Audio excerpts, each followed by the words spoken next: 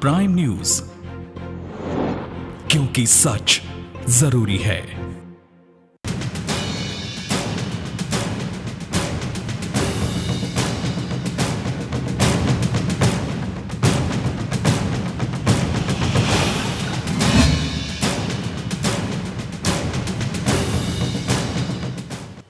नमस्कार, बहुत स्वागत है आप सभी का प्राइम न्यूज पर। मैं हूं राजीव रघुनंदन और आप देख रहे हैं हमारी खास पेशकश अमेठी यूनिवर्सिटी का काला सच।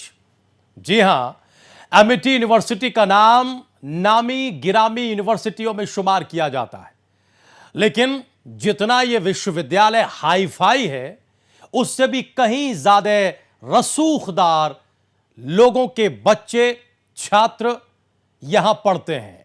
रसूखदार परिवारों से छात्र यहां आते हैं, लेकिन यहां हो क्या रहा है उसकी पूरी तस्वीर आज आपको दिखाएंगे, जिसे देखकर आप सन्न रह जाएंगे कि आखिर शिक्षा के मंदिर में यह सब कैसे हो रहा है, क्यों हो रहा है और अब तक कोई इसे रोक क्यों नहीं रहा है।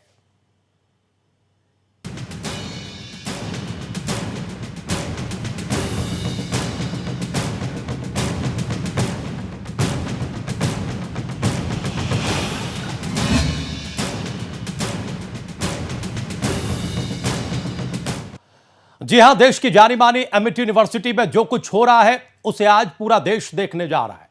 अगर आपके बच्चे अमेठी यूनिवर्सिटी में पढ़ते हैं या फिर आप चाहते हैं कि आपके बच्चे अमेठी यूनिवर्सिटी में पढ़ें, तो हमें लगता है कि आपको यह रिपोर्ट देखनी चाहिए और गौर से देखनी चाहिए, क्योंकि प्राइम न्यूज पर आज अमेठी यूनिवर्सिटी का काला सच सामने आने वाला है। कई ऐसी तस्वीरें सामने आने वाली हैं जिसे देखने के बाद आप चिंता में पड़ जाएंगे, आपके होश फाख्ता हो जाएंगे एक अभिभावक के तौर पर।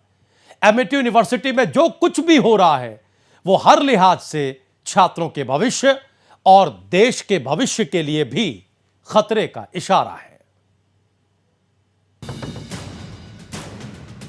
अमेठी यूनिवर्सिटी का काला सच।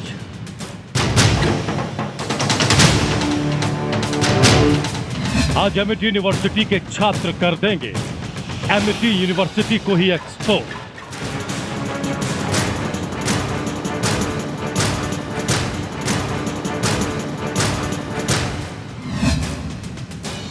भविष्य नहीं, देश के लिए खतरा पैदा कर रही है अमेठी यूनिवर्सिटी।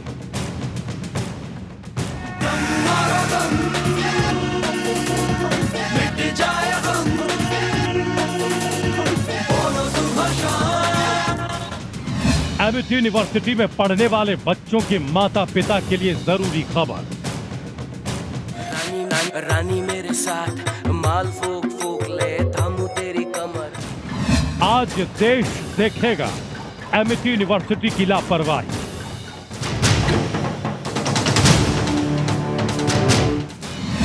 आज देश जानेगा अमेठी यूनिवर्सिटी कैसे कर रही है छात्रों के भविष्य से छेड़छाड़।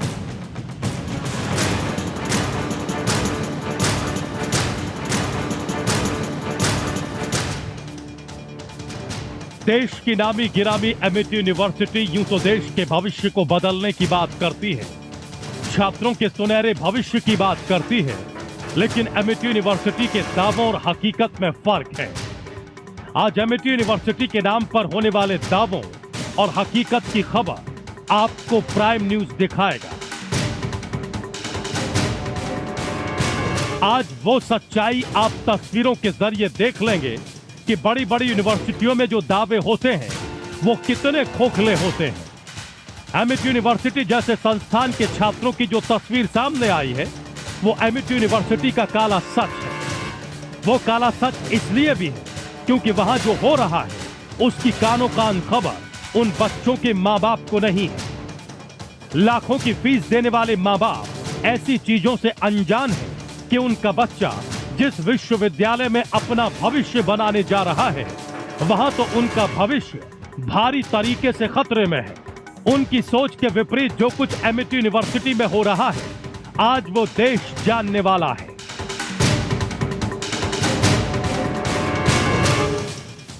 तस्वीरें हर राज को खोलेंगी। तस्वीरें सवाल खड़े कर देंगी उस एमिटी यूनिवर्सिटी पर जो छात्रों के सुनहरे भविष्य के सपने हजारों हजार मां बाप को बेचती है।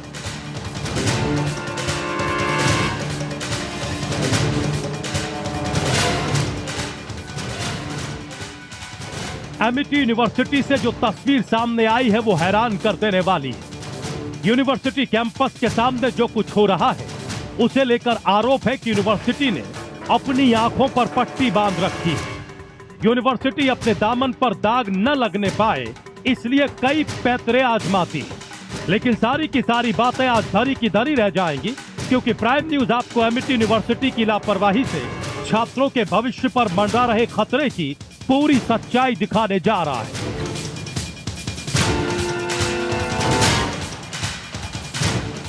कोई सूखा नशा कर रहा है तो कोई शराब पी रहा है। जी हां, एमिटी यूनिवर्सिटी के ठीक सामने ही एक पूरी की पूरी महफिल सजती है, जहां किसी पार्टी की तरह सूखे नशे से लेकर शराब और बियर तक का सेवन किया जाता है। जहां मां बाप अपने बच्चों की लाइफ ट्रांसफॉर्मेशन होने के सपने देखते हैं, वहां तो महफिलें सज रही हैं। खुलेआम कॉलेज के सामने नशे करने वालों का जमावड़ा लग रहा है। नशा छुप छुपाकर भी नहीं हो रहा है, जो किसी की नजर में ना आए, जो कॉलेज प्रशासन को न दिख पाए। ये सब कुछ धड़ल्ले से खुलेआम चलता है। छात्र नशे के आगोश में जा रहे हैं, लेकिन एमिटी यूनिवर्सिटी के प्रशासन की आंखों पर पट्टी बंधी है। देखकर भी अनदेखा कर रहा है, क्योंकि ऐसा लगता है कि कॉलेज प्रशासन सिर्फ अपने धंधे को चमकाने पर जोर दे रहा है। छात्र सही रास्ते पर है या नहीं, उसे इसकी कोई फिक्र नहीं है। एमिटी यूनिवर्सिटी के गेट पर होने वाले तमाशे की ऐसी तस्वीर आपको प्राइम न्यूज दिखाएगा, जिसे देखकर आपके होश फाख्ता हो जाएंगे। कॉलेज के छात्र नशे की गिरफ्त में हैं ही, और वहां खुलेआम गुंडागर्दी भी होती है। तस्वीरें ऐसी हैं कि देखने वाला सहम जाए, क्योंकि कभी कॉलेज के गेट पर ही भयंकर मारपीट होती है, तो कभी छात्र एक दूसरे पर बंदूकें तान देते हैं। आज इन सारी तस्वीरों की पोल खोलकर प्राइम न्यूज रखेगा और बताएगा कि कैसे एमिटी यूनिवर्सिटी भविष्य नहीं, देश के लिए खतरा पैदा कर रही है। Bureau report, prime news. Amity university को लेकर आपने बड़ी बड़ी बातें सुनी होंगी, बड़े बड़े इश्तिहार भी आपने देखे होंगे, लेकिन जो तस्वीर अभी आप अपनी टीवी स्क्रीन पर देख रहे थे और अब जो देखने जा रहे हैं, वो एमिटी यूनिवर्सिटी के दावों के बिल्कुल उलट है, उल्टी है। एमिटी यूनिवर्सिटी के छात्र खुल्लम खुल्ला नशा करते हुए दिखाई देते हैं। किसी छात्रों के ग्रुप को आप सूखा नशा करते हुए देख सकते हैं, जहां वो नशीली चीजों का सेवन करते हैं, तो वहीं कई छात्रों का ग्रुप खुलेआम शराब का सेवन करता हुआ देखा जा सकता है। और तो और मारपीट तक पर उतारू हो जाते हैं ये ग्रुप और ये छात्र, और एक दूसरे पर हमला तक कर देते हैं। ऐसी ही कई तस्वीरें प्राइम न्यूज के कैमरे में कैद हुई हैं, जिन्हें आप देखकर एमिटी यूनिवर्सिटी के इस काले सच को बारीकी से समझ पाएंगे। देखिए।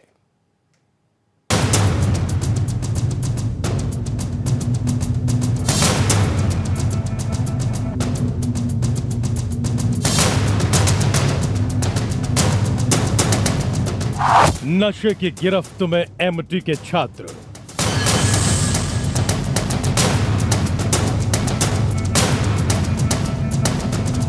ठेके पर चल रही है छात्रों की क्लास। पढ़ाई के नाम पर नशे की महफिल।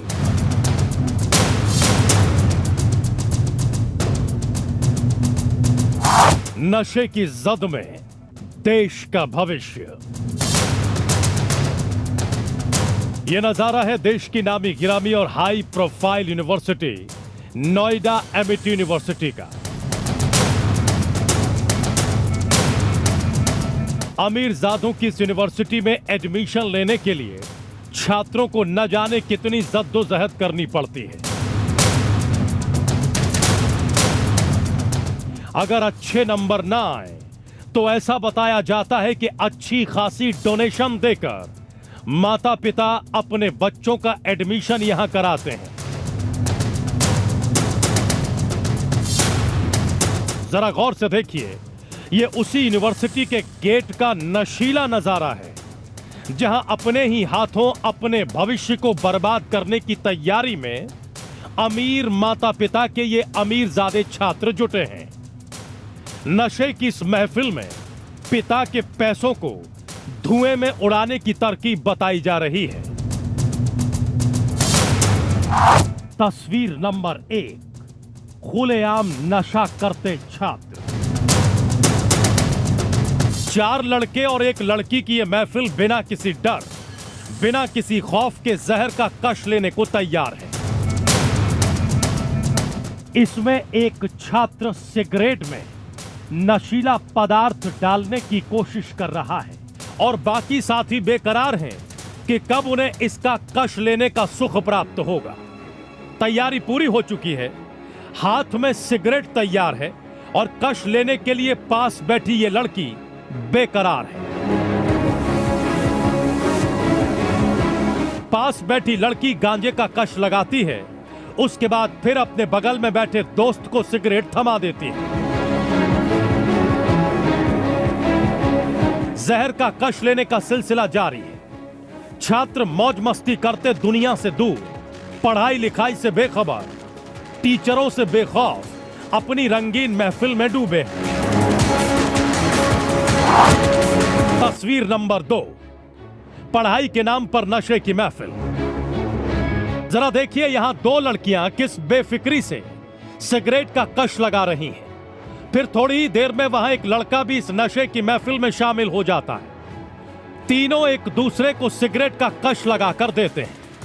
पास ही कुछ और भी लड़के बैठे हैं, वे भी जहर का कश ऐसे ले रहे हैं जैसे माँ बाप इन्हें लाखों रुपए खर्च करके इसीलिए ही भेजते हैं।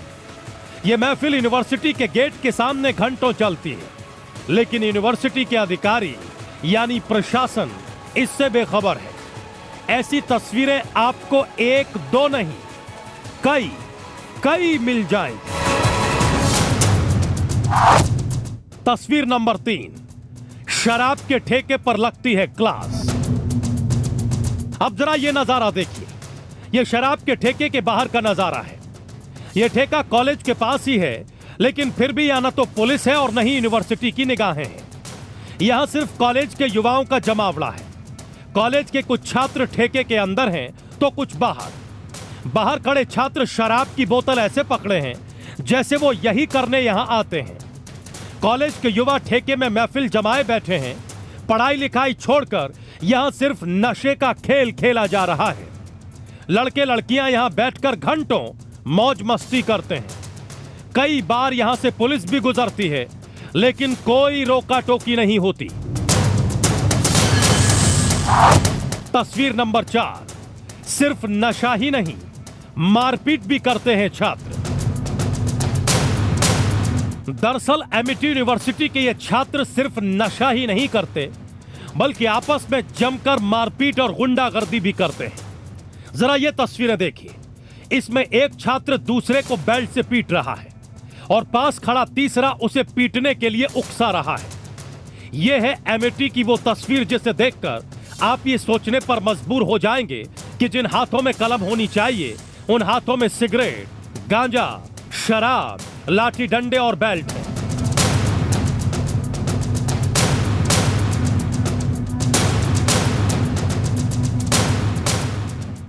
इनके मां बाप कितने अरमानों से गाड़ी कमाई लगाकर लाखों रुपए खर्च कर अच्छे विश्वविद्यालय में पढ़ने लिखने भेजते हैं, लेकिन यहां का नजारा यह बता रहा है कि आखिर ये युवा कहां जा रहे हैं।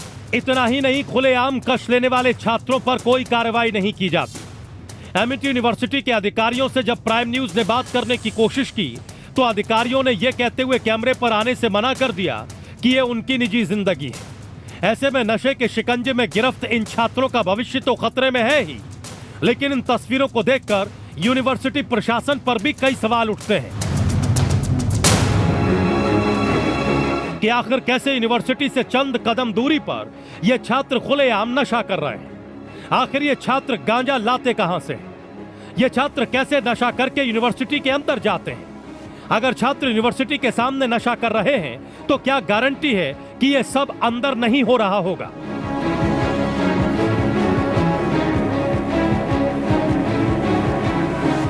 हालांकि अधिकारियों ने तो इस पर कुछ भी बोलने से मना कर दिया, लेकिन देखने वाली बात यह है कि युवाओं के भविष्य की डूबती नैया को आखिर कौन बचाता है? क्या जिला पुलिस और जिला प्रशासन नींद से जागकर कोई कार्रवाई करते हैं, या फिर यूं ही देश का भविष्य नशे की अंधेर गर्दी में अपना भविष्य डुबा देता है? Bureau report, prime news.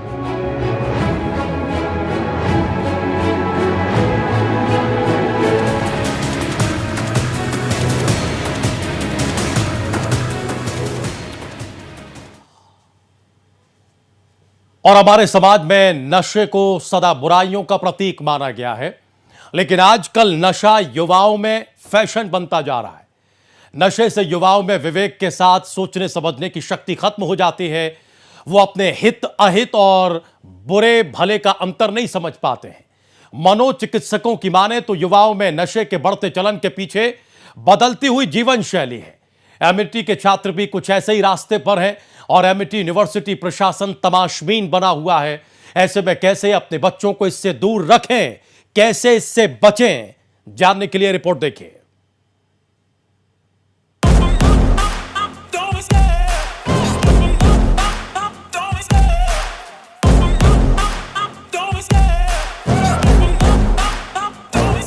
I love the chase and the hunt, and I set the pace when I'm running. I always take what I want and I always give it 100. Don't need a bank, no I'm funded. Play the game like it's nothing. I'm always thankful for something. Don't take for granted, stay humble. Now wake up, it's time to look at the enemy. Look in the mirror if he is no friend to me. It's not working out, maybe it's the chemistry. It's time to break up so I can make a better me. Better believe in your mind, cause it's everything. You can mold, shape, find almost anything. All it takes is some time and some clarity to find your identity. It's mind over everything.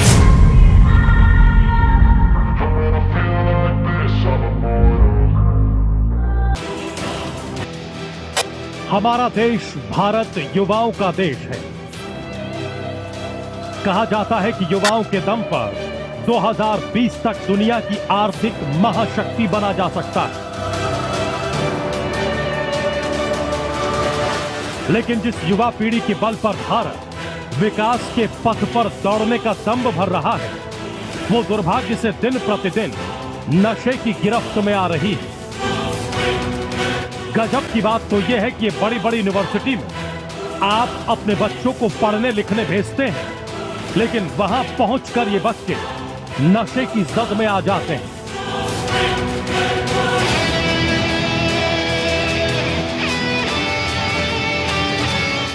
हमने आपको दिखाया कि देश का भविष्य कैसे धीरे धीरे नशे की गिरफ्त में जा रहा है।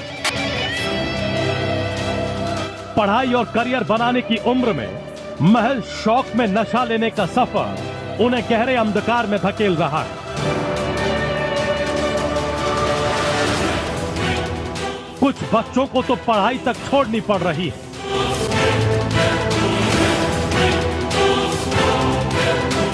उनके अभिभावक इन परिस्थितियों में आर्थिक और मानसिक परेशानी उठा रहे हैं।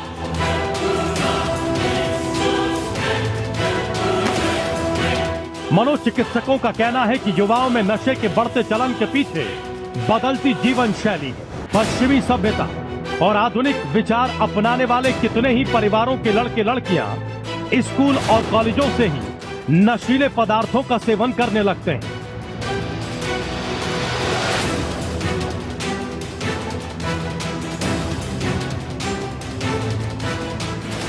आपस में एक दूसरे को देखकर इन बच्चों को लगता है कि ये सब कुछ ठीक है।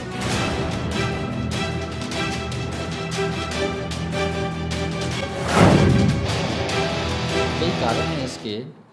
हम लोग अपनी प्रैक्टिस में रूटीनली यंगस्टर्स को देखते हैं, कॉलेज स्टूडेंट्स या कई बार स्कूल स्टूडेंट्स भी। एक मेजर रीज़न ये है कि एक तरह की एक्सेप्टेबिलिटी आ गई है नशे की इन कॉलेजेस के एनवायरनमेंट में। अक्सर बच्चे आके हमें बताते हैं कि सर मेरी क्लास में सब लोग करते हैं और किसी को कोई दिक्कत नहीं होती, मतलब ये चीज़ ठीक है। तो एक रीज़न तो उसका एक्सेप्टेबिलिटी है, आपस में एक दूसरे को देख के इनको लगता है कि ये चीज़ ठीक है। दूसरा, कुछ मिथ लोगों के बच्चों के मन में आ गए हैं। एक कॉमन मिथ ये आ गया है कि कुछ देशों में कैनबिस, जैसे कि इसको गांजा कहते हैं हम लोग, उसको लीगलाइज कर दिया गया है। मेरे पास अक्सर बच्चा के बोलते हैं कि सर कनाडा में तो कैनबिस लीगलाइज्ड है, मतलब वो कोई ख़राब चीज़ नहीं है। ये एक बहुत बड़ा मिथ है। कनाडा ने इसको लीगलाइज इसलिए नहीं किया है कि इसकी कोई ख़राबी नहीं है, इससे कोई दिक्कत नहीं है। लीगलाइजेशन का रीज़न ये था कि क्राइम रेट कम हो पाए। तो इसको बहुत गलत तरीके से समझा जा रहा है। किसी भी देश में लीगल बनाने का मतलब ये बिल्कुल नहीं होता है कि नुकसान नहीं होगा। तीसरी चीज़, कुछ बच्चे आके हमें बताते हैं कि कैनबिस स्पेशली कि इससे हमारी क्रिएटिविटी बढ़ जाती है, हम अच्छी पढ़ाई कर पाते हैं, अच्छा सोच पाते हैं। तो इन बच्चों को ये समझना पड़ेगा कि कुछ मिनटों के लिए या कुछ घंटों के लिए जो आपको अच्छा फील भी होता है या क्रिएटिव फील भी होता है, उसका जो नुकसान लेटर ऑन हो सकता है वो बहुत ख़राब हो सकता है। हम लोग कई पेशेंट्स देख चुके हैं जो उनमें साइकोसिस हो जाता है। साइकोसिस, आपने अगर शिज़ोफ्रेनिया नाम की बीमारी सुना हो, उस प्रकार की बीमारियां तक हो सकती हैं जो कि गंभीर मानसिक समस्याओं में आती हैं। तो ये 3 मुख्य कारण पाए गए हैं इन बच्चों में। स्कूल कॉलेज है सॉफ्ट टारगेट। मनोचिकित्सक ने बताया कि नशा करने वाले कम उम्र के करीब 80% बच्चों ने काउंसलिंग के दौरान स्वीकार किया कि नशे की लत उन्हें स्कूल या कॉलेज के दोस्त ने लगाई। किसी ने स्मोकिंग, पान, तंबाकू के जरिए नशा शुरू किया तो किसी ने च्युइंगम या एनर्जी ड्रिंक पिलाकर नशा शुरू कराया।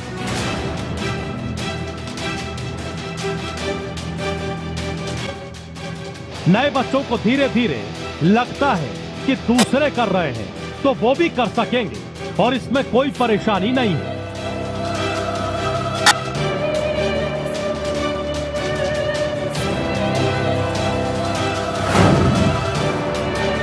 जैसा कि मैंने कहा कि एडोलेसेंट्स एंड यंग अडल्ट्स, ये लेटर स्कूल का जो पार्ट होता है 11th 12th और कॉलेजेस, इस टाइप की उम्र में सबसे ज़्यादा पाया जाता है।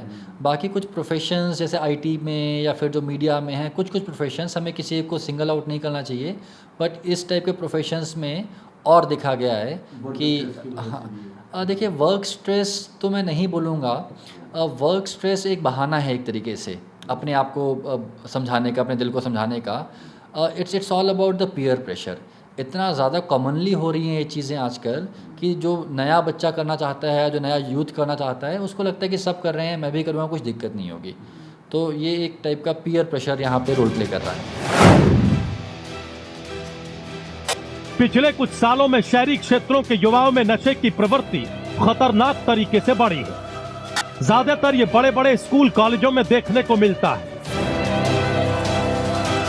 वैसे युवा पीढ़ी में नशे की शुरुआत फैशन और स्टाइल से होती है और धीरे धीरे युवा इसका गुलाम बनता चला जाता है। उन्हें लगता है कि इससे समाज में उनका स्तर ऊंचा दिख रहा है। एक हाथ में शराब का गिलास और दूसरे हाथ में धुआं उड़ाती सिगरेट हो तो सोसाइटी या दोस्तों के बीच वो फैशनेबल लगते हैं। लेकिन कभी कभी ये नशा युवाओं को इतनी दूर लेकर चला जाता है जहां से वापस लौटना उनके लिए मुश्किल हो जाता है। ऐसे में ये उनके लिए और उनके परिवार के लिए बेहद खतरनाक है। Bureau report, prime news.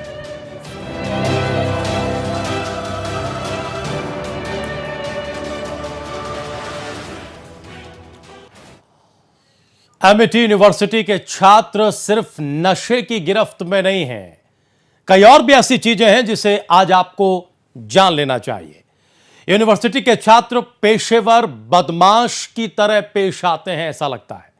वो लगातार घटनाओं को अंजाम देते हैं।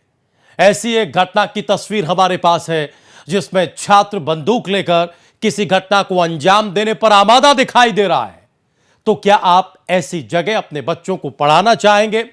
वही सवाल यह भी है कि इतना कुछ होने के बावजूद एमिटी यूनिवर्सिटी का प्रशासन चुप क्यों बैठा है?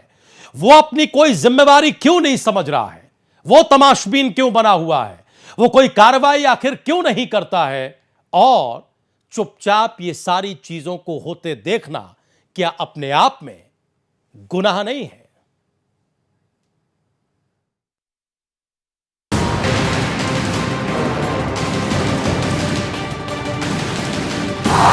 एमिटी यूनिवर्सिटी कैंपस में खुलेआम होती है गुंडाई। खुलेआम एक दूसरे के लिए जानलेवा हो जाते हैं छात्र। बंदूक लेकर कॉलेज कैंपस में कैसे आ जाते हैं छात्र? शिकायत के बाद भी कार्रवाई क्यों नहीं कर पाया एमिटी यूनिवर्सिटी प्रशासन? छात्र का कबूलनामा खोल देगा कॉलेज प्रशासन की पोल। लापरवाही की हदें पार करने वाली एमिटी यूनिवर्सिटी पर कार्रवाई आखिरकार। नशे की जद में पड़े छात्रों और फिर मारपीट का हाल तो आपने देख लिया, लेकिन कैसे उनका भविष्य नशे की गलियों में भटक रहा है, जहां रिजल्ट में जिंदगी जहन्नुम बनती जा रही है। अब जो तस्वीरें हम आपको दिखाने जा रहे हैं, जो कबूलनामा सुनवाने जा रहे हैं, वो सुनकर आपके होश फाख्ता हो जाएंगे। जी हां, एमिटी यूनिवर्सिटी में क्या हो रहा है, जरा उसे समझने के लिए इस तस्वीर को देखिए। यह कॉलेज के विद्यार्थियों की तस्वीर है। इस वीडियो में बहुत बुरी तरह से असंसदीय भाषा का इस्तेमाल हुआ है, इसलिए इसका ऑडियो सुनवाना तो मुश्किल है, लेकिन जो तस्वीरें आपकी टीवी स्क्रीन पर चल रही हैं, जरा उसे समझिए। तस्वीरों में एक युवक गाड़ी चला रहा है, तो दूसरी तरफ ऐसा एक छात्र उस गाड़ी में लटका दिखाई दे रहा है। लेकिन जैसे ही कैमरा थोड़ा सा घूमता है, शरीर का खून सुखा देने वाली तस्वीर सामने आ जाती है, क्योंकि उसके हाथ में बंदूक होती है। वो लगातार बंदूक तानकर धमकी दे रहा है। गाड़ी नहीं रोकने पर चेतावनी दे रहा है कि वो गोली चला देगा। इस दौरान लगातार गाड़ी चलती रहती है और थोड़ी देर बाद बंदूक के सहारे धमकाने वाला शख्स गाड़ी से गिर जाता है। लेकिन हैरानी में डाल देने वाली बात यह है कि सब कुछ कॉलेज कैंपस से शुरू हुआ, जो लगातार कॉलेज के बाहर भी होता रहा। जिस शख्स पर बंदूक तानी गई, वो शख्स भी सामने आया और उसके कबूलनामे ने एमिटी यूनिवर्सिटी प्रशासन की भूमिका पर सवाल खड़े कर दिए। छात्र का कहना है कि एक बार पहले भी उसका इस युवक से विवाद हो चुका है और उसकी शिकायत उसके कॉलेज से की गई थी। और तो और जिस दिन ये विवाद हुआ, कॉलेज के अंदर ही उस पर हमले की कोशिश हुई और बंदूक से मारने की कोशिश हुई। लेकिन वो जैसे ही बाहर की तरफ भागा, वैसे ही युवक इसकी गाड़ी पर चढ़ गया और मारने पर उतारू हो गया। आप भी सुन लीजिए कि एमिटी प्रशासन कैसे हाथ पर हाथ रखकर हादसा होने का इंतजार करता रहता है। ये अंदर गाड़ी लेके घूम रहे थे। मैं अपनी क्लास से बाहर निकला, मेरे पैर से गाड़ी उतरी, मैंने टीचर से कंप्लेंट करी, उस कंप्लेंट की कॉपी भी है हमारे पास। और फिर इसने मुझसे कही कि 3 दिन के अंदर तो उससे बदला ले लूँगा। मैंने अपने घर पे ये बात बताई, तो मेरे बुआ जी के बेटे हैं हैरी यादव, उन्होंने हमारा फैसला करवाया कि बेटे फ़ोन पे कराया, हम सामने नहीं आए कभी कि बेटे ऐसे मत लगा करो। हमने कहा ठीक है भैया। तो आज मैं अपनी क्लास से जैसे बाहर निकला, बैरीगेट के अंदर मेरी गाड़ी खड़ी हुई थी। बैरीगेट के सामने इसने अपनी गाड़ी लगा रखी थी। मैं अपनी गाड़ी में जैसे ही आके बैठा, इसने अपने दोस्तों से कही जल्दी पिस्टल निकालो। फिर मैं अपनी गाड़ी में आके बैठा, मैंने गाड़ी लॉक करी, मैंने 100 नंबर पर फ़ोन करा, मेरे पास सारी कॉल डिटेल। 100 नंबर पर फ़ोन करने के बाद कोई पुलिस नहीं आई। 5 मिनट मैंने देखा, तो ये जब तक इसने कोई एक्शन नहीं लिया। जब मामला पुलिस की चौखट पर पहुंचा, तो पुलिस ने कार्रवाई की और पीड़ितों को न्याय दिलाने के लिए कदम उठाए। लेकिन सवाल उठता है कि कॉलेज कैंपस और उसके आसपास ऐसी घटनाएं कैसे होने दी जा रही हैं? क्या ये एमिटी प्रशासन की लापरवाही नहीं है? दोपहर के समय एक सूचना आई कि वहाँ 2 गुटों में फायरिंग हो रही है। तत्काल पुलिस मौके पर पहुंची और पता चला कि विवेक यादव और सूर्या, ये 2 लोग हैं जो पहले कभी मित्र थे। फिर इनसे आपस में झगड़ा हुआ था 3-4 महीने पहले, लेकिन आपस में समझौता हो गया था। आज इनके बीच वहाँ लड़ाई हुई और सूर्या ने पिस्टल तान दी थी। विवेक अपनी गाड़ी से जा रहा था, उसकी गाड़ी पे बल्कि वो लटका भी। एक तो नशे का कहर और दूसरा किसी पेशेवर बदमाशों की गुंडागर्दी की तस्वीरें क्या बता रही हैं? कुछ जरूरी सवाल जिनका जवाब अब एमिटी यूनिवर्सिटी प्रशासन को देना चाहिए, वो ये कि क्या एमिटी यूनिवर्सिटी अपने छात्रों को यूं ही बर्बाद होने देगी? क्या एमिटी यूनिवर्सिटी छात्रों के भविष्य को लेकर चिंतित नहीं है? एमिटी यूनिवर्सिटी के गेट के सामने गांजा और शराब पी जाती है, परोसी जाती है, तो प्रशासन रोकता क्यों नहीं है? क्या एमिटी यूनिवर्सिटी की जिम्मेदारी कॉलेज के अंदर तक ही सीमित है? नशा और मारपीट करने वाले छात्रों पर एमिटी यूनिवर्सिटी कोई कार्रवाई क्यों नहीं करता? क्या जानबूझकर एमिटी यूनिवर्सिटी कार्रवाई करने से बच रहा है? क्या एमिटी यूनिवर्सिटी की लापरवाही पर उसके खिलाफ कार्रवाई नहीं की जानी चाहिए? क्या एमिटी यूनिवर्सिटी पर योगी सरकार को कोई कड़ा एक्शन नहीं लेना चाहिए?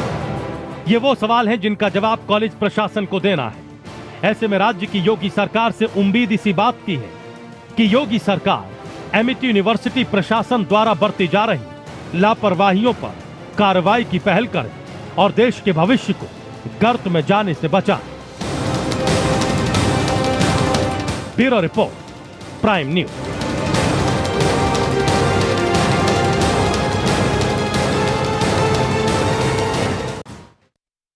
तो देखा आपने, जिस शिक्षा के मंदिर में आप अपने बच्चों को भेजते हैं अच्छी पढ़ाई लिखाई के लिए, आप अपने बच्चों को भेजते हैं कि वो वहाँ जाकर करियर बनाएं, देश का नाम रोशन करें, खुद और परिवार का भविष्य आगे ले जाएं, वो बच्चे कैसी कैसी चीज़ों में उलझते जा रहे हैं। नशे की गर्त में वो जा रहे हैं, अपराध की दुनिया की तरफ वो बढ़ रहे हैं। ये तस्वीरें इस बात की गवाही दे रही हैं। हम आए दिन आपसे संवाद करते हैं और सरकार पर बहुत सारे सवाल हम उठाते हैं, सरकार से हम सवाल पूछते हैं, जो हमारी जिम्मेवारी है। लेकिन आज हमें संवाद आपसे और खास तौर से अभिभावकों से भी करना है कि आखिर अभिभावक ये जिम्मेवारी क्यों नहीं समझ रहे हैं कि उनका बच्चा कहां जा रहा है, क्या पढ़ रहा है, उसकी परवरिश कैसी हो रही है, वो नशे के गर्त में तो नहीं धकेला जा रहा है, वो किस संगत का शिकार हो रहा है, वो अपराध की दुनिया की तरफ तो नहीं बढ़ रहा है। ये सवाल भी वो अपने आप से करें और अपने बच्चे से करें, क्योंकि एक बार जब स्थिति हाथ से निकल जाती है तो आप सब ये जानते होंगे कि फिर वो काबू नहीं आती। साथ ही साथ सवाल एमिटी यूनिवर्सिटी प्रशासन से तो है ही।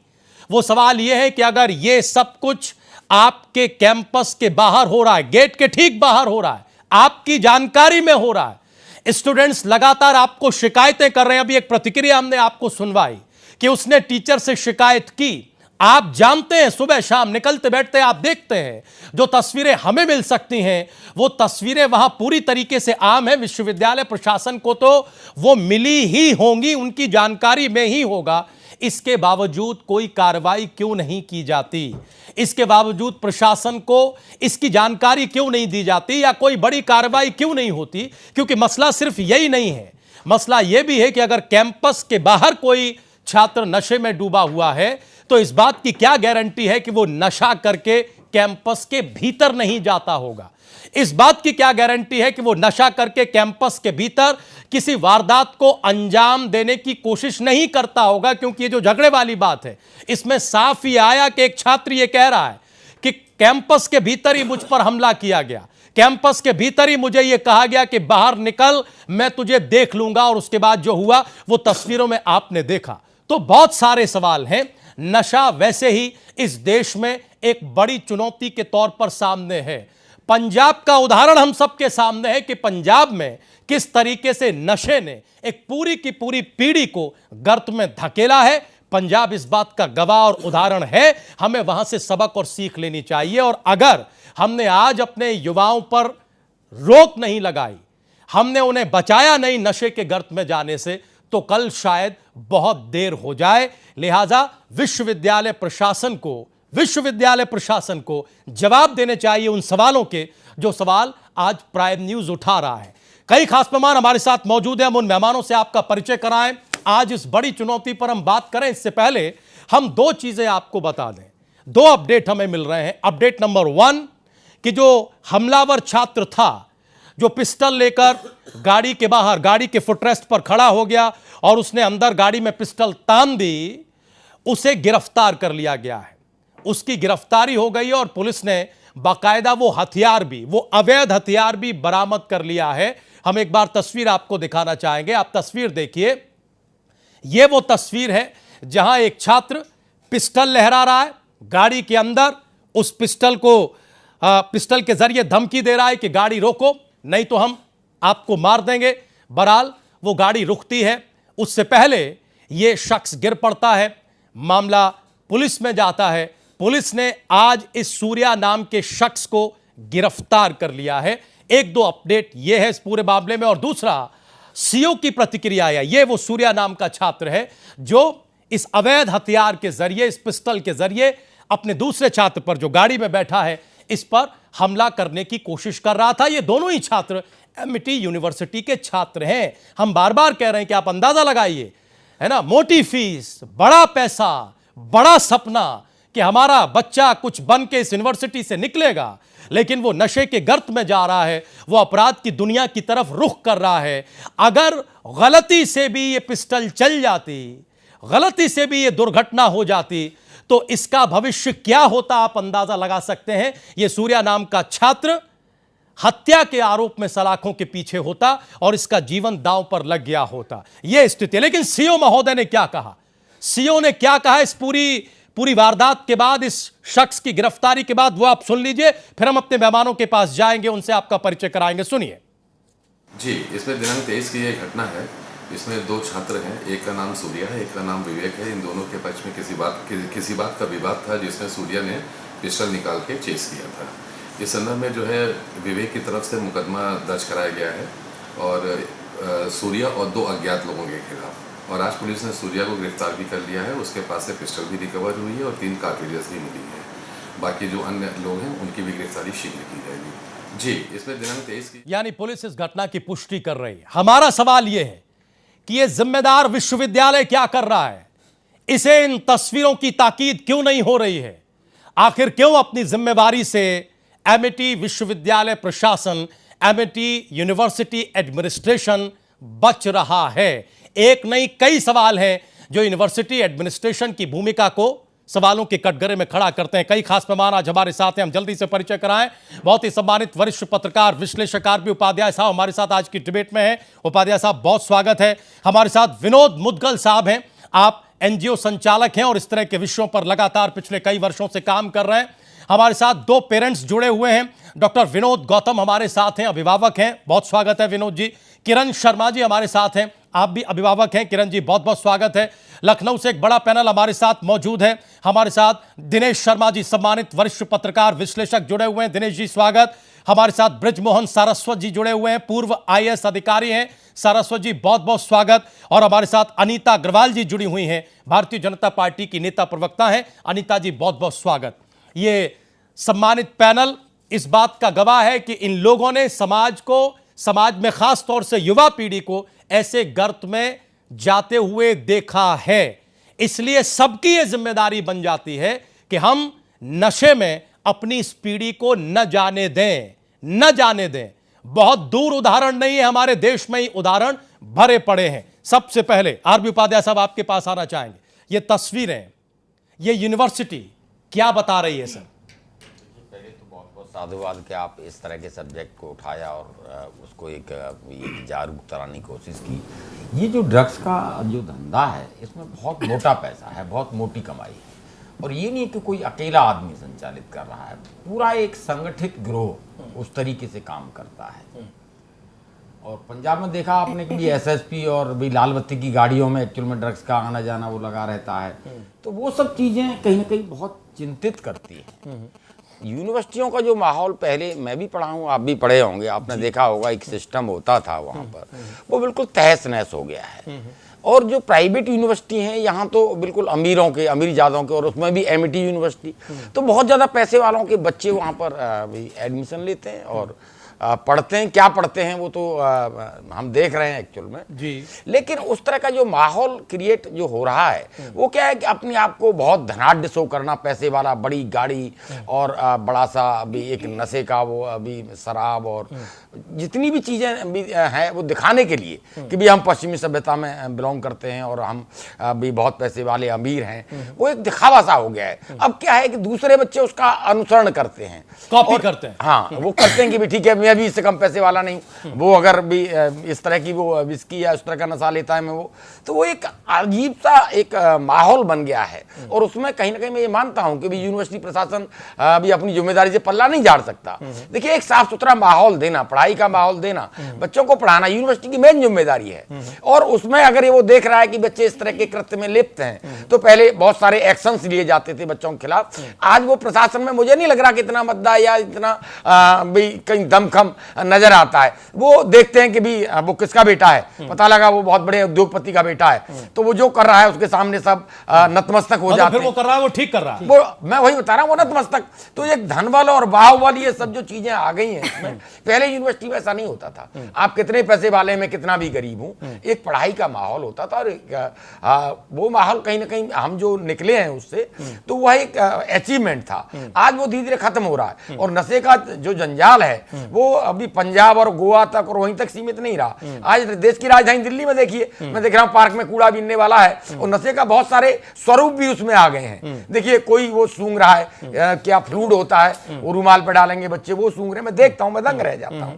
तो बड़ा ये चिंता का विषय है। आप देखेंगे कि रोड पर निकल रहे हैं बच्चे, एक झुंड में बैठे हैं, तो जो भीख मांग रहा है। सर, ये चिंता का विषय तो है, लेकिन उससे भी ज्यादा चिंता इस बात को लेकर है कि कहीं कोई एक्शन हमें दिखाई नहीं दे रहा। देखिए, मैं कोई एक्शन हमें दिखाई नहीं दे रहा। मैं लास्ट वहीं कर रहा हूं। यूनिवर्सिटी एडमिनिस्ट्रेशन जिसकी की जिम्मेदारी बनती है कि वो देखे कम से कम, भाई एडमिनिस्ट्रेशन को इन्वॉल्व करे, डिस्ट्रिक्ट एडमिनिस्ट्रेशन को बुलाए, क्योंकि अंततः तो बच्चे उसकी यूनिवर्सिटी के हैं। मैं उसी बात पे आ रहा था। लास्ट में है क्या ना कि जैसे मैंने शुरू में कहा कि पैसा बहुत है यहाँ पर, तो भाई एसएसपी जब या लाल बत्ती की गाड़ी में ड्रग्स जा सकती है, तो यूनिवर्सिटी प्रशासन और जो अन्य प्रशासन है, ये नहीं उनको नहीं पता होता, उन्हें सब पता है भी वहां शराब का ठेका खुल गया और उसमें शराब बिक रही है वहां पर, और वो ड्रग्स बाहर बेचते हैं प्रॉपर, और उनको वो पैसा मंथली बना होता है, सब पता है, वालों को सब A to Z पता होता है। लेकिन वो सिर्फ इसलिए पैसे का जो एक कहते हैं जो हफ्ता वसूली या डेली का जो पैसा मिलता है उसके, उसमें वो उसमें कोई अपनी वसूलियों में व्यस्त है। इसलिए ये स्थिति। एक फैक्ट हम अपने दर्शकों के साथ शेयर कर दें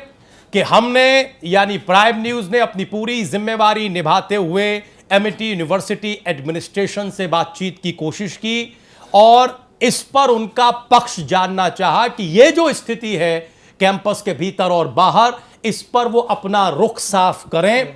यूनिवर्सिटी ने, यूनिवर्सिटी एडमिनिस्ट्रेशन ने कोई पक्ष नहीं रखा और यह बताया कि यह छात्रों का निजी जीवन है, यह उनका अपना निजी जीवन का मामला है। लेकिन इन छात्रों का जीवन कहां जा रहा है, इस बात से यूनिवर्सिटी एडमिनिस्ट्रेशन को, एमिटी यूनिवर्सिटी एडमिनिस्ट्रेशन को कोई मतलब नहीं है। ऐसा लगता है अब तक उनका कोई पक्ष हमारे सामने नहीं आया है। हम जल्दी से अभिभावकों को जोड़ें, क्योंकि आज डॉक्टर विनोद गौतम साहब और किरण शर्मा जी एक अभिभावक के तौर पर हमारे साथ हैं। एक अभिभावक के नाते इनकी चिंता कितनी और ऐसी तस्वीरें इनकी चिंता कितनी बढ़ाती हैं, इस पर हम कमेंट लें, फिर हम लखनऊ और यहां विनोद मुद्गल साहब को जोड़ेंगे। विनोद गौतम जी, नमस्कार। कितनी चिंतापूर्ण तस्वीरें हैं? पहले तो मैं धन्यवाद दूंगा प्राइम का, जिन्होंने मुझे आज हमें मौका दिया। हम ये चाहते हैं कि जैसे हमारे बच्चा स्कूल गया, हमने अपने कैसे भी पैसे करके उसको भेजा कि जी हमारा बच्चा अमेठी में पढ़ रहा है, अमेठी एक नाम बना दिया उन्होंने, मगर वहां के जो माहौल है उसमें जो प्रांगण है अंदर, उसमें हमारा बच्चा तो अंदर हमारे घर से गया स्कूल, अब वो क्या कर रहा है कुछ पता नहीं। इसमें हमारी जिम्मेदारी यहां तक है, हमारा बच्चा स्कूल जा रहा है, अब वो क्या कर रहा है अंदर जाके हमें कुछ पता नहीं। इसमें अमेठी प्रशासन को इंटरफेयर करना चाहिए और हर अभिभावक ये चाहेगा कि उनका बच्चा नशे में ना लगे। और ये नशे 1 रुपए से लेके 500 रुपए तक होते हैं। गरीब के लिए नशा भी है वहां, अमीर के लिए भी है, ठीक है। मगर अमेठी प्रशासन को सोचना चाहिए कि हमारा नशा आप सकते में है ना, ये तस्वीर बिल्कुल सकते में भाई साहब, ये इसमें कल को मेरा बच्चा भी हो सकता है, मेरा किसी भाई का बच्चा हो सकता है, नहीं मेरा बच्चा भी हो सकता है, मेरा बच्चा भी हो सकता है, मेरा भाई का बच्चा भी हो सकता है। तो ये हमारी जो जनपीढ़ी है, आने वाली पीढ़ी है, वो क्या करेगी? वो तो हम नशे में धकेल ले हैं। इसका सबसे बड़ा उदाहरण अब मैं आपको दूंगा। गाजियाबाद में हम लोग जहाँ रहते हैं और कूड़े बीनने वाले बच्चे आते हैं। हमने एक एनजीओ में काम करता हूं मैं, एक डॉक्टर होने के नाते उन बच्चों को पूछता हूं कि क्या है, तो उनका भीख मांगने का पर्पज केवल ये होता है कि हम अपना शाम को नशा पूरा कर लें। गंदी नाली में रह के हम अपने बच्चों को भेजते हैं किसी अच्छी यूनिवर्सिटी में, इसलिए भेजते हैं कि हमारा बच्चा एक बढ़ के कुछ बने, मगर जब वो वहां से निकलता है तो वो एक नशे का आदी होकर निकलता है। उसमें गरीब बच्चे होते हैं हमारे, हम मान लो गरीब अभिभावक हैं, पैसे नहीं हमारे पास, घर से सामान चुराएगा, बड़ों को देगा, कुछ भी करेगा, कुछ भी करेगा वो, अच्छा पूरा करने कुछ के भी लिए करेगा कुछ भी वो, करेगा। वो अपना सब पूरा करेगा। और ऐसे सैकड़ों उदाहरण हमारे सामने है ना। कोई सिस्टम, कोई समाज उनकी परवाह नहीं कर रहा है, और यहाँ यूनिवर्सिटी एडमिनिस्ट्रेशन कोई चिंता नहीं कर रहा। तो यानी जिनके कंधों पर जिम्मेवारी है कि आप चिंता करिए, आप चिंता करें, एक श्रेष्ठ मानव का निर्माण करें, है ना। हम देखते हैं उपाध्याय जी तो अच्छी तरह जानते हैं कि हम लिखते हैं अपने संस्थानों में, शिक्षा संस्थानों में कि शिक्षार्थ आइए सेवार्थ जाइए। नशे में डूबती पीढ़ी देश और समाज की क्या सेवा करेगी, इसे आप अंदाजा लगा सकते हैं। किरण जी जल्दी से कमेंट करिए मैम। ये शॉकिंग है, ये तस्वीरें, ये यूनिवर्सिटी एडमिनिस्ट्रेशन की भूमिका को क्वेश्चन मार्क कर रही है कि साहब अभिभावक इधर उधर से पैसा इकट्ठा करके आपकी फीस पूरी करता है और यह मान के चलता है कि आपके यहां हमने बच्चे का एडमिशन करा दिया तो वो कुछ ना कुछ तो बन जाएगा, लेकिन बन तो वो ये रहा है।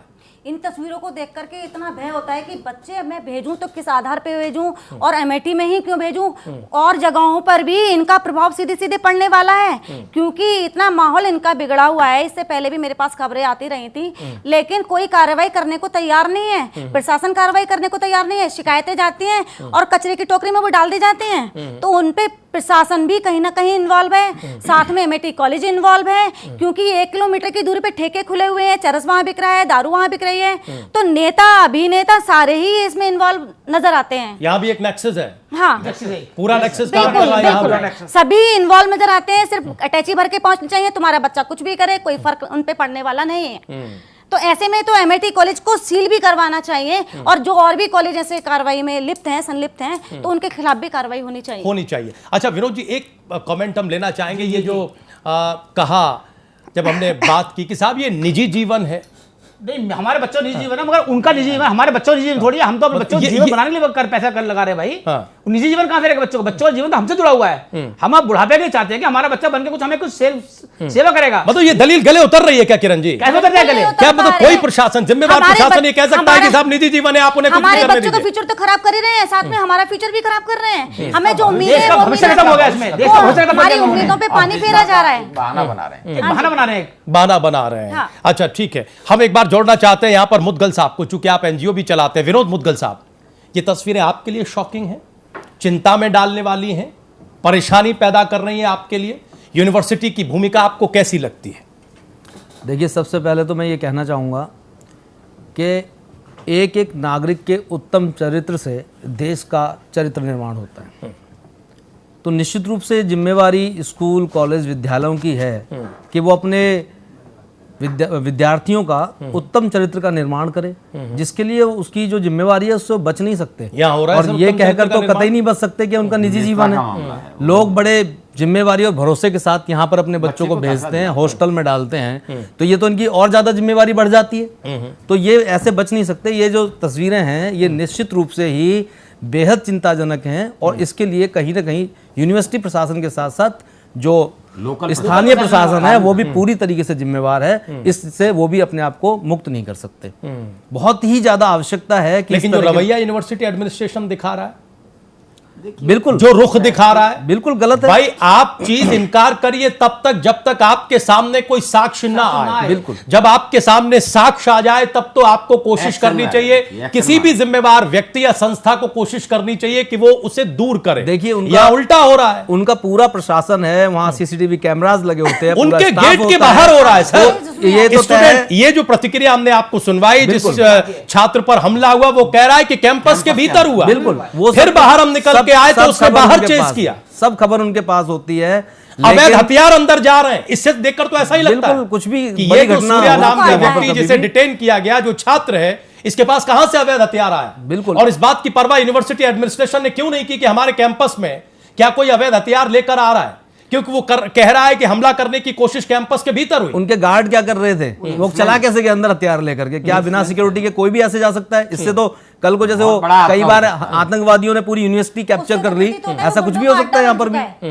गुंडागर्दी का अड्डा बन चुका है, अड्डा कुछ भी बड़ी घटना बन चुका है, तो परवाह क्यों नहीं कर रहा है एडमिनिस्ट्रेशन? कौन परवाह करेगा? इसके लिए प्रशासन भी कहीं ना कहीं स्थानीय प्रशासन को ये संज्ञान में लेकर के यूनिवर्सिटी प्रशासन को नोटिस जारी करने चाहिए, और तुरंत ही इस पर संज्ञान लेते हुए उनको यूनिवर्सिटी प्रशासन को कटघरे में खड़ा करते हुए जिम्मेवारी भरा जवाब मांगना चाहिए। यानी जब तक सिस्टम यूनिवर्सिटी एडमिनिस्ट्रेशन जिम्मेवारी नहीं लेगा तब तक बात बनने वाली नहीं है। बिल्कुल। अगर हम इतने गंभीर विषयों पर भी सिर्फ टोपी ट्रांसफर का खेल करेंगे जो अब तक करते रहे तो हम गर्त की तरफ जाते रहेंगे। याद करिए पंजाब को, पंजाब पूरे देश में अपनी खुशहाली और अपनी पैदावार के लिए जाना जाता था।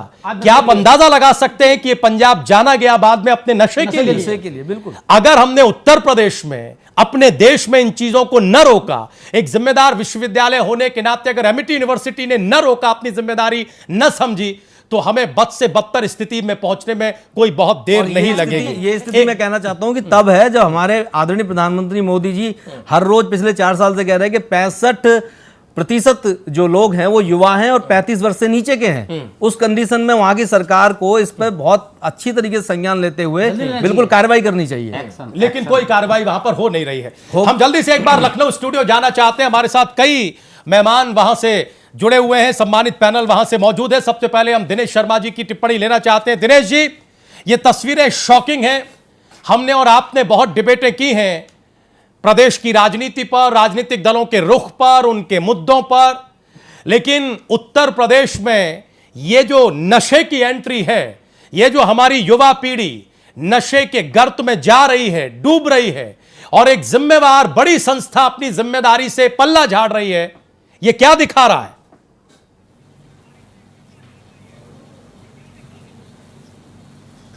राजीव जी, जो नशे का मामला है ये बहुत गंभीर मामला है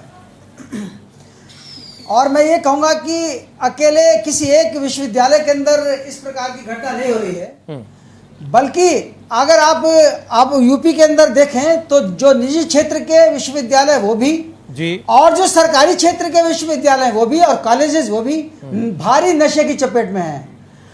लखनऊ का आईटी कॉलेज भारी नशे की चपेट में है, लखनऊ विश्वविद्यालय भारी नशे की चपेट में है, और इसके अलावा और जिन जिन के नाम ले आप, कोई पीछे नहीं है। ये तो वो घटनाएं हैं जो कारित हुई और सामने आ गई आपके जी, लेकिन ऐसी घटनाएं तो आम हो चुकी हैं।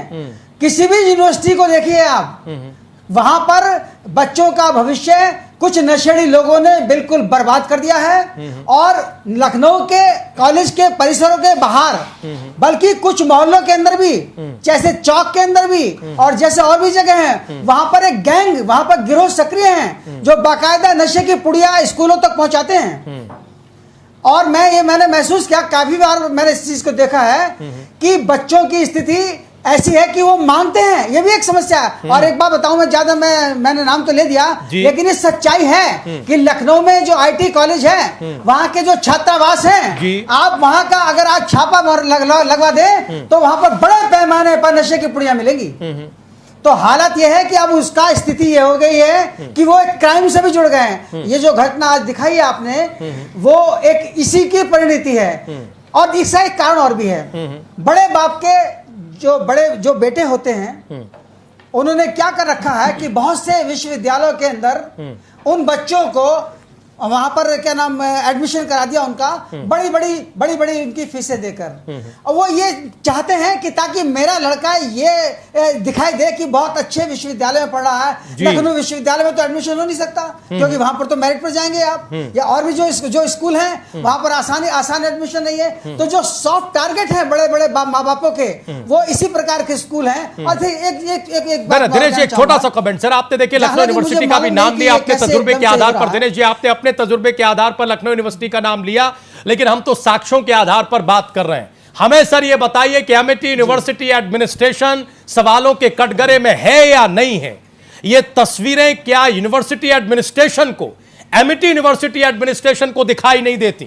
वो अपनी जिम्मेवारी से पल्ला क्यों झाड़ रहा है? क्या वो बच्चों के भविष्य को लेकर चिंतित नहीं है? अगर शराब पी जाती है, अगर नशीली चीजों का सेवन किया जाता है, एडमिनिस्ट्रेशन रोकता क्यों नहीं है? मारपीट जैसी बड़ी घटनाएं हो जाती हैं, अवैध हथियार आ जाते हैं, रोका क्यों नहीं जाता है? कोई कार्रवाई की क्यों नहीं जाती है? लापरवाही इस स्तर तक है क्यों सर? इस घटना को देखने के बाद एक जिम्मेदारी तो बनती है, लेकिन एक पक्ष दूसरा भी हमारे सामने आता है। अब मैं किसी का पक्ष नहीं ले रहा हूं, लेकिन अमेठी यूनिवर्सिटी के एडमिनिस्ट्रेशन के बारे में कुछ ऐसा सुना जाता है अक्सर कि वो बहुत सख्त रहता है, वो ऐसा सुना जाता है, ऐसा अक्सर हमसे देख रहे हैं हम कैसी सख्ती रहती है। अब हम तो तस्वीरों में देख रहे हैं सर, आप भी देख रहे हैं, देखिए ये सख्ती की तो तस्वीरें हैं।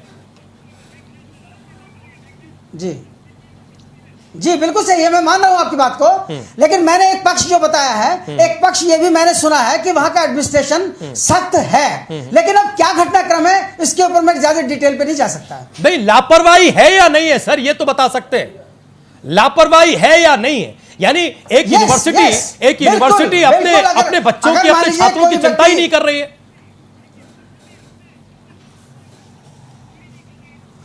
वहां पर वेपन लेके जाना ये एक बहुत गंभीर बात है, और छात्रों के बीच में इस प्रकार की चीजें होना ये तो एक गैंगवार भी हो सकती है, ये तो कुछ भी हो सकता है। इस पर एक नियंत्रण पाने की आवश्यकता है, यही मैं कहूंगा। हाँ, जिम्मेदारी बनती है, लेकिन बाकी जो एक आरोप सामने आ रहे हैं जी, उस पर थोड़ा सा मेरा ये जरूर कहना है सर, तस्वीरें सामने है, ये सिर्फ आरोप नहीं है। आप जानते हैं कि प्राइम न्यूज़ एक जिम्मेदार चैनल है, आप जानते हैं ये साक्ष्य हमारे साथ मौजूद है, हमारे सामने है, और इन तस्वीरों और साक्ष्यों के बिना पर हम यूनिवर्सिटी एडमिनिस्ट्रेशन से सवाल पूछ रहे हैं कि वो आखिर संवेदनशीलता क्यों नहीं दिखा रहा है, क्यों अपनी जिम्मेवारी से बच रहा है। अगर एडमिनिस्ट्रेशन अपनी जिम्मेवारी से बचेगा तो इन छात्रों का भविष्य कहां जाएगा। हम दरअसल अपने दर्शकों को, अभिभावकों को उस चिंता से जोड़ना चाहते हैं, क्योंकि अगर आज खड़े नहीं हुए तो कल बहुत देर हो जाएगी। हमारे साथ रत्ना श्रीवास्तव जी जुड़ चुकी हैं, रत्ना श्रीवास्तव जी जुड़ चुकी हैं, मशहूर शिक्षाविद हैं, हम उन्हें जोड़ना चाहते हैं। उसके बाद हम ब्रजमोहन सारस्वत जी और अनीता अग्रवाल जी के पास जाएंगे। रत्ना श्रीवास्तव जी, ये तस्वीरें कितनी दहला रही हैं और यूनिवर्सिटी एडमिनिस्ट्रेशन की भूमिका को आप कैसे देखते हैं?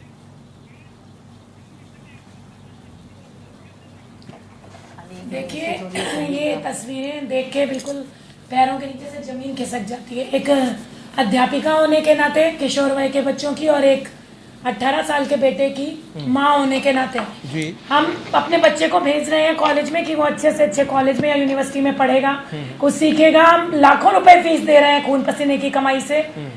उसके बाद जब हमारा बच्चा इस तरह की, हमारा बच्चा या हमारा छात्र या समाज का कोई भी बच्चा, हम सबके लिए जिम्मेदार है, वो इस तरह की एक्टिविटीज में एंगेज्ड है, तो उससे ज्यादा मुझे नहीं लगता कि कोई खराब बात या कोई और ऐसी चिंताजनक बात हो सकती है। दूसरा जो आपने प्रश्न किया कि यूनिवर्सिटी का या किसी भी संस्था का, तो निश्चित रूप से अगर हम देखें कि पंजाब में अभी हुआ है, पंजाब में देखिए जो भी उन्होंने किया कि डिस्टेंस एजुकेशन उन्होंने शुरू करा ड्रग कंट्रोल के लिए। यूनिवर्सिटी में उन्होंने ऐसा किया कि हम जो है अपना किसी न किसी तरह का डोप टेस्ट या किसी भी तरह का टेस्ट का एक प्रोसीजर चलाएंगे। अभी उन्होंने चलाया नहीं है, लेकिन वो लोग कोशिश कर रहे हैं कि हर हफ्ते एक इस तरह का टेस्ट हो कि कौन सा बच्चा जल्दी से आया है इस अल्कोहल या ड्रग्स के उसमें, उस पर कंट्रोल किया जाए, उसके पेरेंट्स से बातचीत की जाए, पूरा उनका वीकली या 15 डेज पे या फोर्टनाइट पे या मंथली एक टेस्ट हो, और कौन सा बच्चा ऐसा है। नहीं, रत्ना मैम आपको यहाँ हम टोकना चाहेंगे, ये बहुत अच्छा इनिशिएटिव है। अगर ये कारगर होता है तो पंजाब के संदर्भ में करना चाहिए, लेकिन ये उन मामलों में ज्यादा कारगर है जहां छात्र छात्राएं बाहर से करके आते हैं और पता नहीं होता, और आप उनका ये टेस्ट करिए, डोप टेस्ट करिए। लेकिन एमिटी यूनिवर्सिटी के मामले में तो गेट के बाहर निकलिए, ये सारी तस्वीरें वहीं की हैं जो हम दिखा रहे हैं। आप गेट के बाहर कदम रखिए और आप इस स्थिति से रूबरू हो जाएंगे, ये तस्वीरें वहां आपको मिल जाएंगी।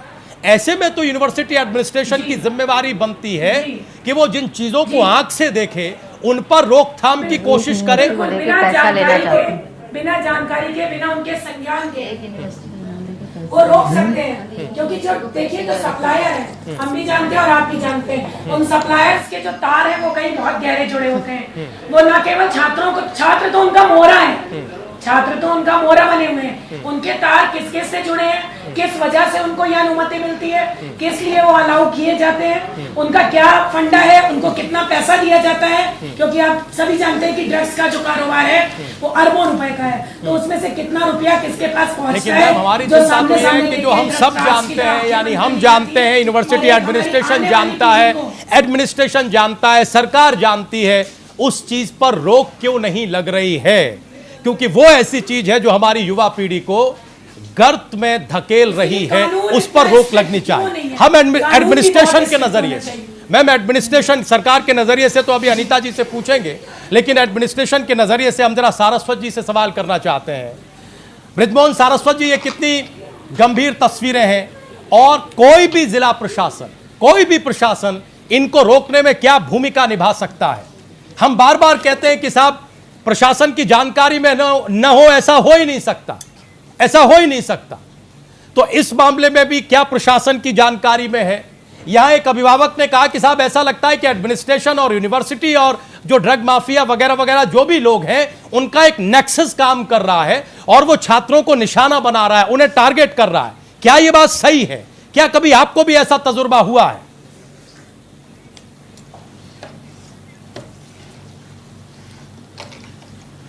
भाई आवाज नहीं आ रही आपकी? आवाज सारस्वत जी, हमारी आवाज आपको मिल रही है? हो जाता है आपके यहाँ पे? सारस्वत जी, आप हमें सुन पा रहे हैं? हाँ आवाज आ रही, हाँ आवाज आ रही है आपकी। मैं कुछ चीजें, अगर आप मुझे सुन पा रहे हैं? मैं सुन पा रहा हूं सर, पूरा प्रदेश आपको सुन रहा है, प्लीज बोलिए। पूरा प्रदेश सुन रहा है, बोलिए। हाँ, मैं आपको बताना चाहूंगा कि ये प्रॉब्लम केवल यहाँ की नहीं है, अगर आप देखें तो ग्लोबल प्रॉब्लम है जहां तक ड्रग ट्रैफिकिंग का प्रश्न है। और पंजाब ही इफेक्टेड नहीं है, पूरे जितने भी प्रदेश हैं हमारे यहाँ के सब इफेक्टेड हैं। मैं आपको एक छोटा सा एग्जाम्पल, मैं डीआईजी रह चुका हूँ दिल्ली में सीआरपीएफ में जी। तो मणिपुर त्रिपुरा से एक एग्जाम्पल दे रहा हूँ एंड मुझे खुद ताज्जुब हुआ। मणिपुर त्रिपुरा से 150 क्विंटल गांजा चलता है पटना के लिए मार्च के महीने में जी। जो एजेंसीज हैं, एसपी नारकोटिक्स है, या उनको पता चलता है या जो और एजेंसियों ने पता चलता है, पटना तक आ जाता है। गंगा के पास में जब आता है तो उनको बताया जाता है कि आपको कोई एजेंसीज फॉलो कर रही हैं, तो उसमें से 50 क्विंटल गांजे को वो पानी में फेंक देते हैं गंगा जी में। क्योंकि मैं कोर्ट ऑफ इंक्वायरी में था उसमें, मैं खुद था, मैंने जांच करी थी जी। और 100 क्विंटल गांजा पकड़ लेती हैं, फिर वो जलाया जाता है बाद में, वो सारी की चीज है। करीब 14 लोग अरेस्ट होते हैं और उसमें एक आईजी रैंक का अधिकारी अरेस्ट होता है। मैं ही था उसमें एक्चुअली इन्वेस्टिगेशन करने वाला जी। तो जब जेल में जाकर के जो अरेस्ट थे उनके बयान लेने के लिए गए, तो उनमें से एक अधिकारी कहता मैं बहुत बड़ा देशभक्त हूं, मैं ये काम देशभक्ति के लिए कर रहा हूं। खैर मैं उस चीज को ज्यादा नहीं बढ़ाऊंगा। मैं पटना के लोगों से बात हुआ, साहब आप क्या बात कर रहे हैं? बोले क्या, होली से पहले यहाँ हर बार आता है और ये दुकानों पे बढ़ता है सब जगह। तो ये नेक्सस केवल पुलिस अधिकारियों का नहीं है। आई एम सॉरी टू से, जब तक ये इलेक्शन में पैसा ड्रग माफियाज का जाएगा कोई नहीं रोक सकता है, चाहे अमेरिका हो चाहे कोई भी देश हो। अमेरिका में 1971 में इन्होंने विटनेस प्रोटेक्शन प्रोग्राम चलाया। उन्होंने क्या किया कि पूरे जो विटनेस थे उन्हीं में से तोड़ने के बाद में सजा दिलाई लोगों को और काफी हद तक वो उसे कर्व कर पाए थे। दूसरा, एक आदमी में थोड़ा it has nothing to do with religion, ये प्रभुपाद थे। प्रभुपाद 1965 में गए अमेरिका में और वो जो ड्रग पेडलर्स और हिप्पी इन्हीं के बीच में रहे। 12 साल में उन्होंने वहां की लाइफ काफी चेंज कर दी थी और उसका परिणाम ये रहा कि जो इस्कॉन टेम्पल्स हैं 108 देशों में वो बना पाए थे। तो मेरा कहने का मतलब यह है कि ये इतना आसान नहीं है कि जब वो कह रहा है कि साहब हर साल होली से पहले आता है, दुकानों पे कहाँ गांजा मिलता है, क्या होता है। एक और चीज में बड़ी कंट्रोवर्शियल कह रहा हूं, जो शायद पुलिस अधिकारी जो हैं सर्विस में वो लायक न करें जी। हम लोगों के यहाँ पे रिवाज है क्राइम ड्राइव चलाने की। उसमें क्या करते हैं कि एक पुड़िया दफा 60 बोलते हैं, उसे उसमें बंद कर देंगे। बिल्कुल सही। जो बंद करते हैं उन्हीं को करते हैं जो शातिर अपराधी होते हैं। मैं ये नहीं कह रहा हूँ कि उनको करते हैं। और एक कट्टा रख देंगे ना।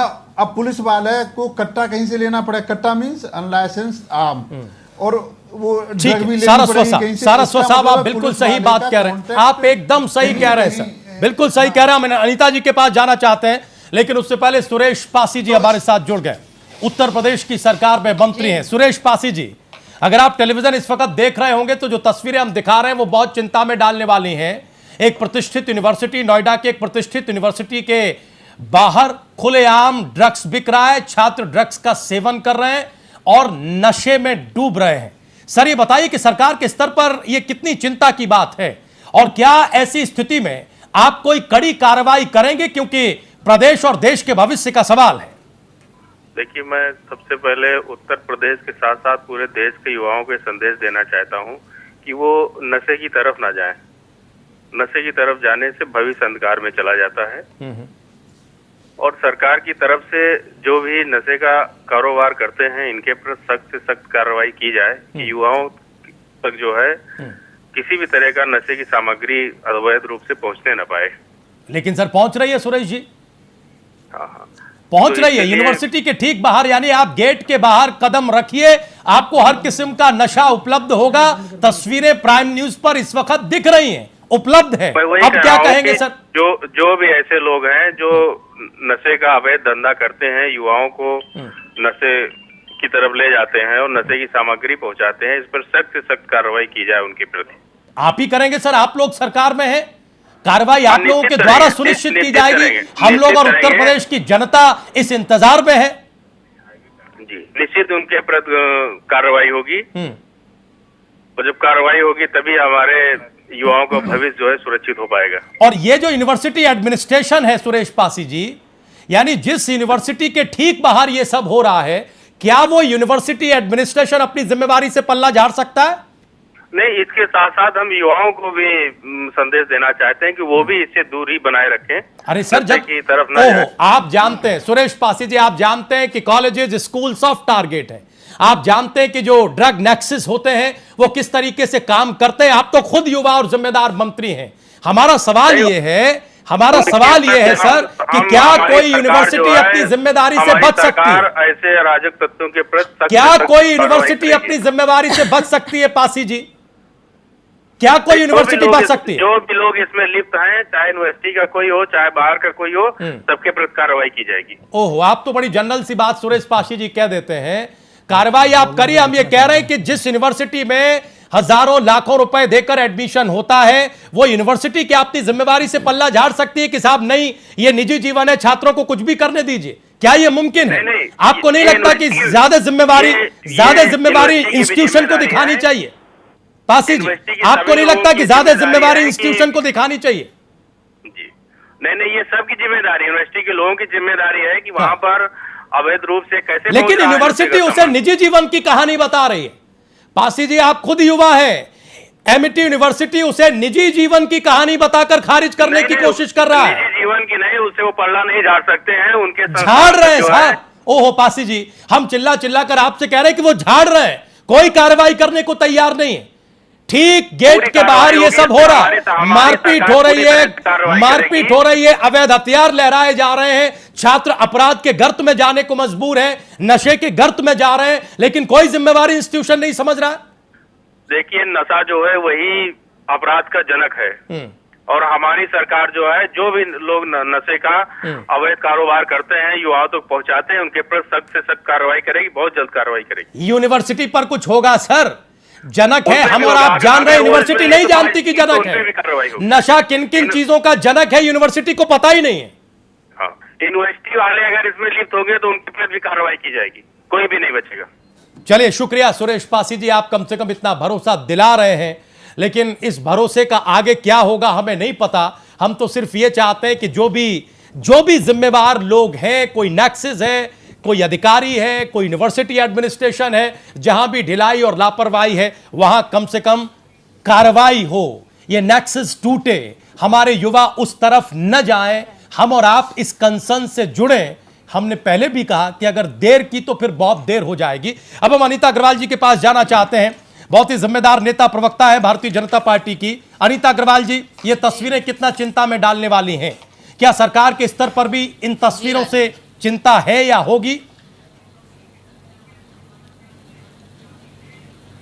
देखिए राजीव जी, पूरी तरह से चिंता है और शायद जब से हमारी सरकार बनी है, अप्रैल 2017 में योगी जी ने इसका कहा था कि सुप्रीम कोर्ट का लागू किया था कि कोई भी स्कूल कॉलेज के पास ये इस तरह के शराब की दुकानें नहीं होंगी, नशे की दुकानें नहीं होंगी। उसके लिए सख्त कार्रवाई की गई थी और सबसे बड़ी बात है, यूनिवर्सिटी के कैंपस में अगर ये कार्रवाई हो रहा है तो उसमें कार्रवाई होनी चाहिए। और यूनिवर्सिटी के कैंपस के बाहर है तो ये बात सही है कि अभिभावकों की भी जिम्मेदारी है, एनजीओ की भी जिम्मेदारी है और सामाजिक जिम्मेदारी भी है। खाली सरकार और प्रशासन पे छोड़ देना सही बात नहीं है। बिल्कुल सही है। आज के समय पे हमारा एक सामाजिक दायित्व भी बनता है, पारिवारिक दायित्व भी बनता है और एनजीओ का दायित्व भी बनता है। जो एनजीओ हमारे बने हुए सोशल, उनका भी दायित्व बनता है कि जहाँ ऐसी दुकानें वहाँ उनको खदेड़ा जाए, उनको कहा जाए कि स्कूल कैंपस के बाहर क्या हो रहा है, बच्चों की भविष्य को। एनजीओ खाली ये नहीं है कि आप पैसा लेके वहाँ पे काम करें, उनके काम दिखने चाहिए जो नहीं दिखते हैं। ये हमारे सबकी जिम्मेदारी होती है। अनिता जी की बात हो जाए, एक मिनट आएंगे सर, बिल्कुल आएंगे। अनिता जी बहुत अच्छा जवाब दे रही है, बिल्कुल आएंगे। हाँ, बोलिए अनिता जी, बोलिए। बोलिए अनिता मैम, बोलिए, हम सब सुनना चाहते हैं, आपको सुन रहे हैं, बोलिए। हम कह रहे हैं हाँ वही कह रहे, युवा पीढ़ी जो है वो हमारा भविष्य है। उस भविष्य के लिए हम सबको चिंता होनी चाहिए। खाली एक की चिंता नहीं होनी चाहिए कि इसको प्रशासन ठीक कर दे, इसको सरकार ठीक कर दे। इसमें अभिभावकों की भी जिम्मेदारी है, सामाजिक जिम्मेदारी है और हमारे एनजीओ की भी जिम्मेदारी और नैतिक जिम्मेदारी वहाँ के प्रशासन की भी, यूनिवर्सिटी की भी है। अगर यूनिवर्सिटी अनिता जी, अब एक सवाल हमारा ले लीजिए, फिर शायद मुद्दल साहब कोई सवाल करना चाहते हैं और बच्चों पे भी। एक मिनट अनिता जी, एक सवाल। देखिए, आपने बहुत शुरुआत में कहा कि आपकी सरकार ने कोशिश की, हम आपकी कोशिश के लिए आपको धन्यवाद और साधुवाद करते हैं। आपने कहा कि आपकी सरकार ने डिसीजन लिया कि 1 किलोमीटर के दायरे में कोई नशे वाली चीज नहीं होगी, कोई दुकान नहीं होगी, कोई ठेका वगैरह नहीं होगा। लेकिन बहुत अफसोस के साथ कहना पड़ रहा है अनिता जी कि ये जो बड़ा प्रतिष्ठित परिसर है, इसके ठीक बगल में हम तस्वीरें दिखा रहे हैं, ठीक बगल में ठेका चल रहा है, ठीक बगल में। कहां है सर आपकी सरकार की इच्छा शक्ति, बताइए। इनसे जो एनजीओ वाले हैं, जो नागरिक हैं, उनसे तो हम सवाल पूछेंगे, एडमिनिस्ट्रेशन से सवाल पूछेंगे, पूछते हैं कहां है वो इच्छा शक्ति, बता दीजिए। बिल्कुल 1 किलोमीटर भी नहीं है, यहां तो आधा किलोमीटर पे ही दुकान है और वहां जो है वो खुलेआम शराब मिलती है। इस पे कार्रवाई होगी, इस पे कार्रवाई होगी राजीव जी। एक अनिता जी की बात, कार्रवाई होगी, अगर ये है तो उसमें सख्त कार्रवाई होगी। वहाँ के अभिभावकों के भी, अब होगी पे आ गई, इसके अभिभावकों को भी शिकायत करनी चाहिए, प्रशासन में शिकायत करनी चाहिए, एफआईआर करनी चाहिए, इसकी एफआईआर करनी चाहिए वहाँ के लोगों को, वहाँ के स्थानीय लोगों को इसकी एफआईआर करनी चाहिए, अभिभावकों को एफआईआर करनी चाहिए, वहाँ के अभिभावकों को जागरूक होना चाहिए, एफआईआर करनी चाहिए। सारी जिम्मेदारी नागरिक के पास, एनजीओ के पास, पेरेंट्स के पास, फिर सरकार का चुनाव करने की जरूरत क्या है जब सब कुछ पब्लिक को करना है? लाइसेंस बने सब कॉलेज के पास है, सब कॉलेज के पास है। लाइसेंस आप देंगे, दुकान आप खुलवाएंगे और जिम्मेदारी लेंगे, कॉलेज यूनिवर्सिटी पास है सारे। आप चल देखिए, हम दिखाते हैं आपको, गाजियाबाद में 4 कॉलेज, 4 कॉलेज में 5 ठेके हैं। अच्छा अनिता जी सुन लीजिए, जरूरी बात, 4 ठेके पास है। अनिता जी, ये जो डॉक्टर विनोद गौतम की बात सुन लीजिए, मैम समझ में आएगी, सुन लीजिए। हाँ डॉक्टर साहब बोलिए। 2017 में जब ठेके, जब मोदी योगी सरकार आई थी, तब ठेके सारे, क्या कह रहे हैं आप बताइए, आपकी आवाज स्पष्ट आ रही है। जब सारे ठेके बंद हो गए थे 2017 में, आवाज स्पष्ट आ रही है, आप बताइए। हाँ मैडम सुनिए, जब सारे ठेके बंद हो गए थे, सबसे ज्यादा प्रसाद हमने बांटा था कि कॉलेज यूनिवर्सिटी 5 ठेके बंद हो गए। मगर जब मार्च अप्रैल में ठेके खुले हैं, 90% ठेके हाईवे पे हैं, कॉलेजों के पास है। आप चेक कराइए सबको, उनको एक मोहल्ले में 5-5 लाइसेंस दिए गए हैं, 5-5 जो सब यूनिवर्सिटी पास है सारे। तुम्हारा प्रशासन ने एप्लीकेशन को कचरे की टोकरी में डाल देता है। आप अहमद कॉलेज, गाजियाबाद में अहमद कॉलेज, समुदाय कॉलेज, जितने कॉलेज हैं सबके बाहर ठेके हैं, सबके बाहर ठेके हैं। और जितनी प्राइवेट यूनिवर्सिटियां हैं उनके 1 किलोमीटर देने में ठेके हैं ही है। आप चेक कराइए, ना हाईवे पे होंगे ना स्कूल कॉलेज। अरे मैम ये बात सुनने में अच्छी लगती है, लेकिन जो प्रत्यक्ष है उसका क्या करें? फैसला है, हाईवे पे भी नहीं होगा, स्कूलों के आसपास भी नहीं होगा। है की बात हो, हम है की बात कर रहे हैं, तो बताइए आप। गाजियाबाद में 24 पे रत्ना जी आ रहे हैं, रत्ना जी आ रहे हैं, दिनेश जी आ रहे हैं, एक बार मुद्दल साहब को जोड़े। मुद्दल साहब, ये जो सब इतना दिख रहा है, हम फिर वही आ रहे हैं सर, एक मिनट, हम फिर वही आ रहे हैं। अनिता जी इतना सब दिख रहा है और अनिता जी सबकी जिम्मेवारी बता रही है, सबको जिम्मेवारी लेनी भी चाहिए, हम मानते हैं, समाज देश सबका है। लेकिन हमें ये बताइए, नहीं इसकी कंप्लेंट, एक मिनट में, इसकी कंप्लेंट कभी यूनिवर्सिटी एडमिनिस्ट्रेशन ने की? वो तो लाखों रुपए लेता है भाई बच्चों के लिए। मुद्दल साहब कभी की कि साहब ठेका ना खोलने दिया जाए? एक अनिता जी एक मिनट, मुद्दल साहब को सुनिए, एक बार सुनिए मेरी बात। सबसे पहले तो मैं आपकी बात का जवाब दूंगा। क्या पुलिस को आपने कानूनी अधिकार दिए हैं? आप एक बार एनजीओ को इस प्रकार का कानूनी अधिकार देके देखिए, एक ठेका चलने नहीं देंगे, एक ठेका भी, अगर एक अधिकार इस प्रकार का मिल जाएगा तो। दूसरी बात, जो आपके जितने भी यूनिवर्सिटीज़ हैं ये अपने प्रशासन की मिलीभगत से ये सारी चीज़ें होती हैं। वहाँ पर बिना प्रशासन के मिलीभगत के कोई चीज़ हो नहीं पाती और उनकी पूरी जिम्मेवारी बनती है, सरकार की जिम्मेवारी सबसे पहले बनती है। अगर हमको ही सब कुछ करना होता, अभिभावकों को करना होता, तो आपकी सरकार चुनने की हमें जरूरत नहीं पड़ती, हम खुद कर देते। आज भी आप कानूनी अधिकार दिला दो, एक ठेका तो छोड़ो, एक छोटा सा क्राइम नहीं होने देंगे, एक चप्पल चोरी नहीं होने देंगे वहाँ पर। एनजीओ की जिम्मेवारी, एनजीओ को क्या कोई कानूनी अधिकार दिया आपने? कोई कानूनी अधिकार दिया है क्या? तो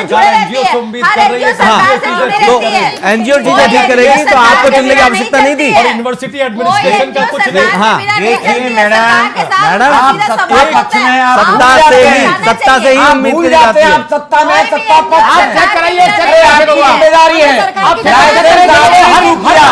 पैसा आप ले रहे हैं, ठेका आप खुलवा रहे हैं और दूसरों से कह रहे हैं आप ठीक करवाइए और हम बंद करवाएं। बोलिए जाके बंद कराइए।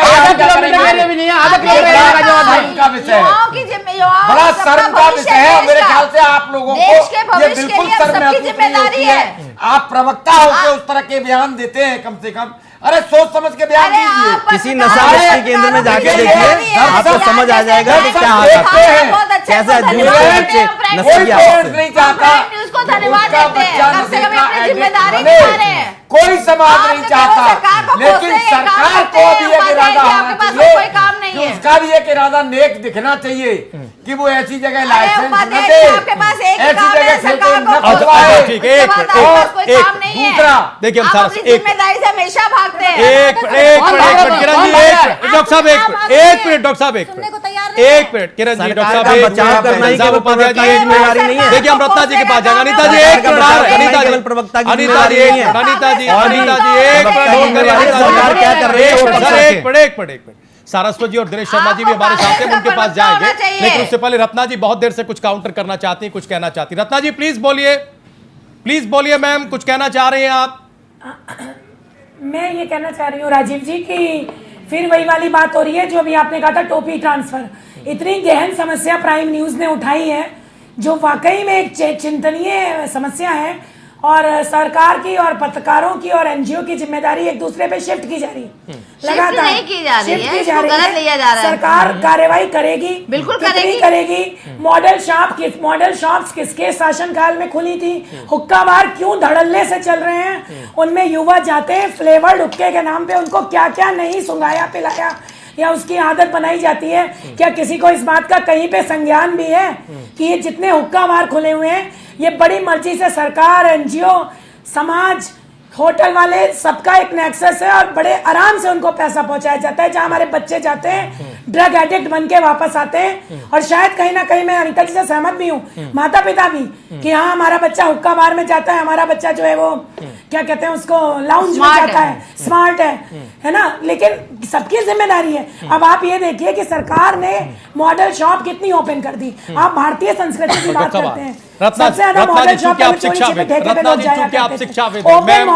मैम, कहीं तो देखिए, कहीं तो चेक पॉइंट बनेगा मैम, कहीं तो चेक पॉइंट बनेगा। आपकी सारी बातें, सब दलीलें सही हैं, हमें सिर्फ ये समझाइए कि जो शिक्षा का मंदिर है, जो इंस्टीट्यूशन है, जहां बच्चा 5 से 6 घंटे गुजारता है। एक मैम रत्ना जी हमारा सवाल है, मैम सवाल राजीव जी, मैं जिस इंस्टीट्यूशन में एक बच्चा 6 घंटे 8 घंटे, और अगर वहाँ हॉस्टल है, तो उस हॉस्टल में तो पूरा दिन गुजारता है पढ़ने के बाद, उस इंस्टीट्यूशन की कोई जिम्मेदारी है या नहीं? के पास प्रमाण नहीं है, स्थानीय लोगों की नहीं सुनी जाती है, वो किसी की नहीं सुनी जाती है। कॉल करके कर दीजिए, तुरंत कार्रवाई होगी। अरे सरकार करे ना मैम, सरकार एडमिनिस्ट्रेशन करे।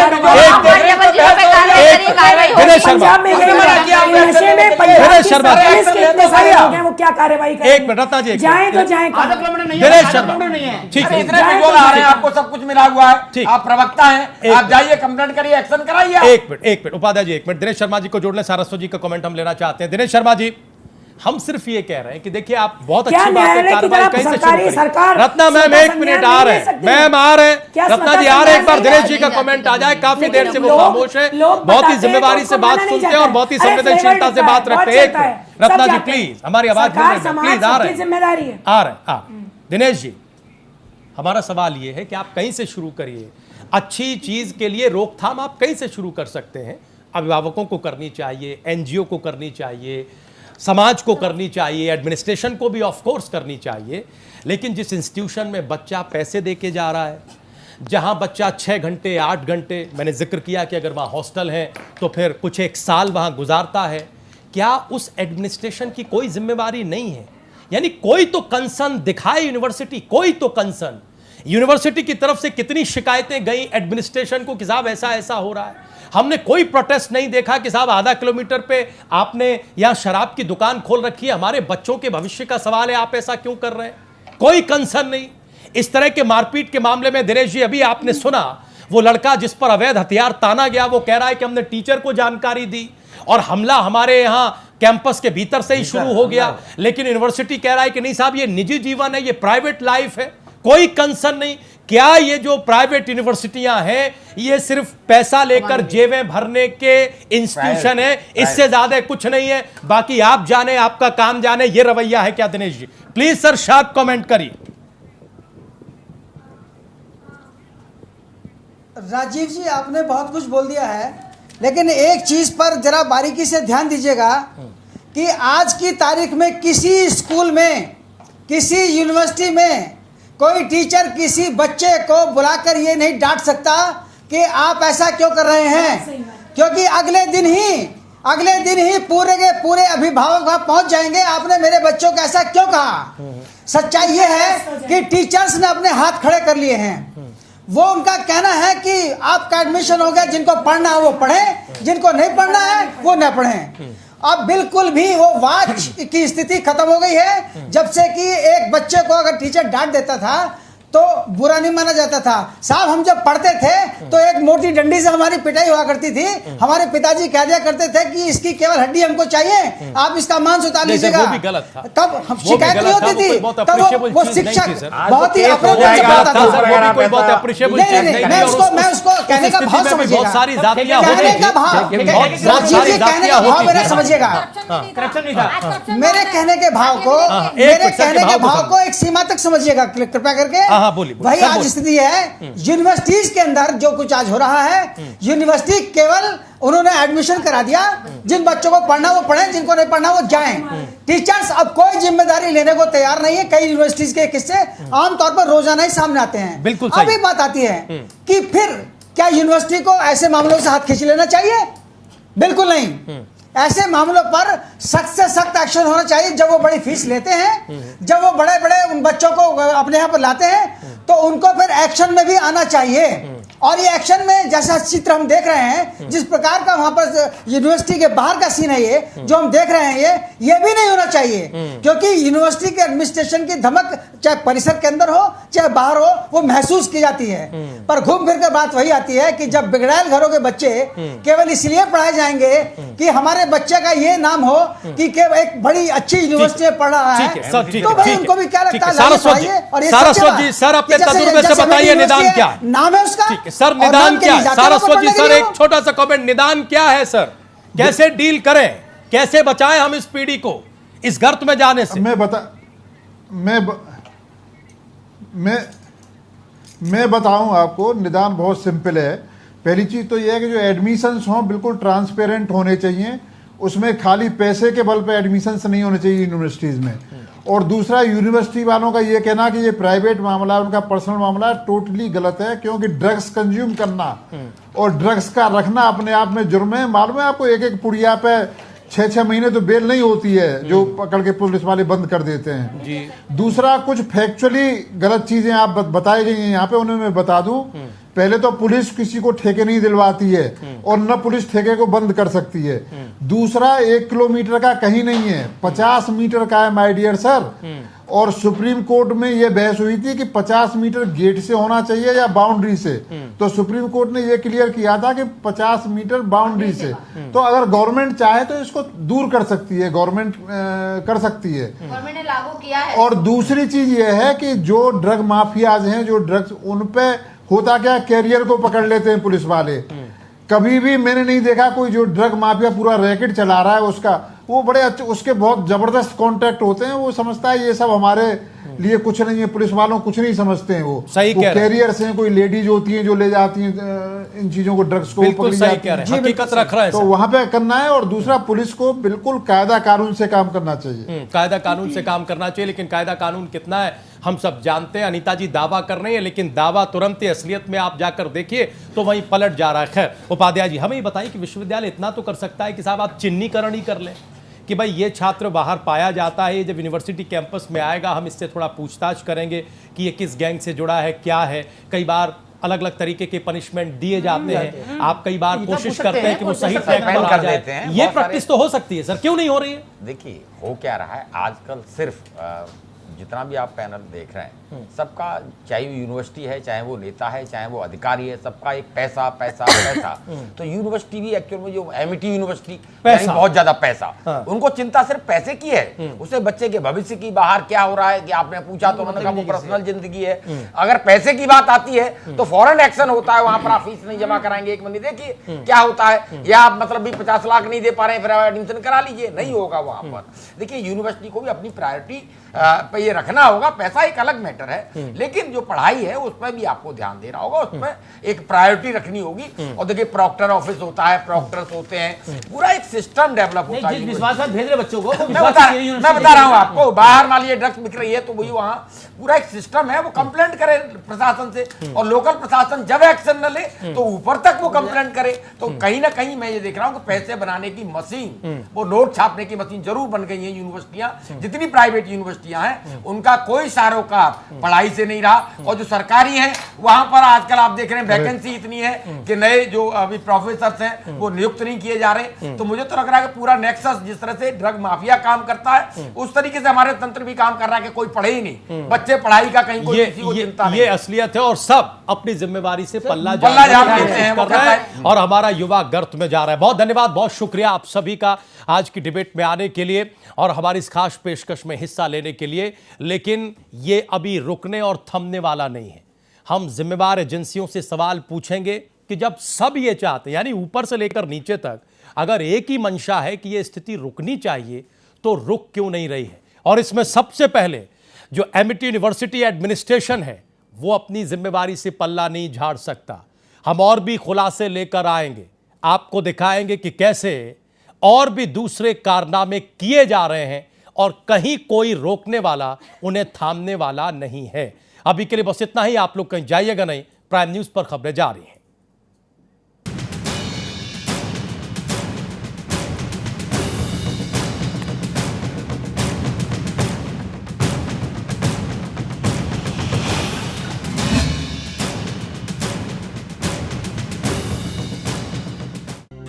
करोड़ों लोगों का भरोसा है माइक्रोटेक, जिसने रोशन की आपकी दुनिया और सब चलाया है बेफिक्र। अब माइक्रोटेक 16 प्रोडक्ट से आपकी जिंदगी में नए रंग भर रहा है। माइक्रोटेक। उत्तर प्रदेश में धान की खेती को प्रमुख फसल माना जाता है। धान खरीद का समय पश्चिमी उत्तर प्रदेश में 1 अक्टूबर 2018 से 31 जनवरी 2019 तक, साथ ही पूर्वी उत्तर प्रदेश और बुंदेलखंड में 1 नवंबर 2018 से 28 फरवरी 2019 तक सुनिश्चित